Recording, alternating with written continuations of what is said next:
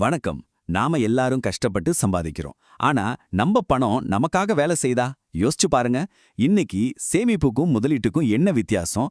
நம்ம நிதி எதிர்காலத்தை எப்படி சரியா திட்டமிடுறதுன்னு விரிவா பார்க்க போறோம். வாங்க ஆரம்பிக்கலாம். இந்த கேள்வியை உங்களுக்கு நீங்களே கேட்டு பாருங்க. பேங்க்ல பணம் இருக்கிறது ரொம்ப பாதுகாப்பா தெரியலாம். ஆனா பணவீக்கம்னு ஒரு விஷயம் இருக்கு இல்லையா? அது நம்ம கண்ணுக்கு தெரியாம நம்ம பணத்தோட வாங்கும் சக்தியை கொஞ்சம் கொஞ்சமா குறைச்சிட்டே வருது.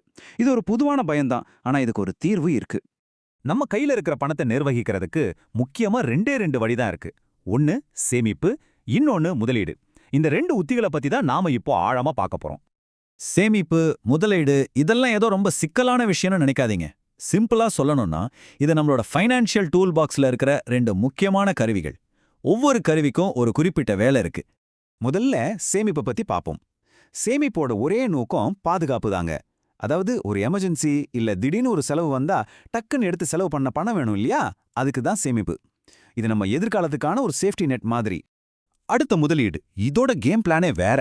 இங்க நம்ம பணத்தை சும்மா வைக்காம அதை வேலை செய்ய வைக்கிறோம். பங்கு சந்தை, தங்கம், ரியல் எஸ்டேட் மாதிரியான சொத்துக்கள்ல முதலீடு செஞ்சு காலப்போக்கில் அதை வளர செய்யறது தான் முதலீடு. இதோட முக்கிய குறிக்கோளே செல்வத்தை உருவாக்குறது தான். இப்ப இந்த ரெண்டுக்கும் உள்ள அடிப்படை வித்தியாசத்தை பாருங்க. சேமிப்புங்கிறது உங்க பணத்தை பாதுகாக்கிறதுக்கு, குறுகிய கால தேவைகளுக்கு ரிஸ்க் ரொம்ப ரொம்ப கம்மி. ஆனா முதலீடு அது உங்க பணத்தை வளர்க்கறதுக்கு, நீண்ட கால வளர்ச்சிக்கு அதிக வருமானம் கிடைக்க வாய்ப்பு இருக்கு. ஆனா அதுக்கேத்த ரிஸ்க்கும் இருக்கு.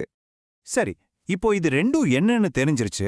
ஆனா ரொம்ப முக்கியமான கேள்வி, என் வாழ்க்கையோட இலக்குகளுக்கு இதை நான் எப்படி சரியா பயன்படுத்துறது? வாங்க அதைத்தான் இப்போ பார்க்க போறோம்.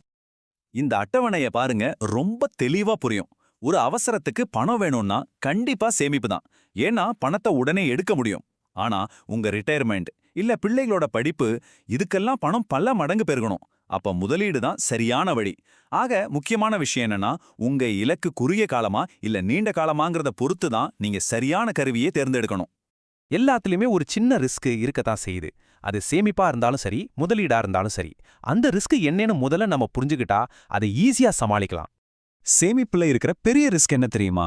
பணவீக்கம், அதாவது இன்ஃப்ளேஷன். இது ஒரு சைலண்ட் கில்லர் மாதிரி.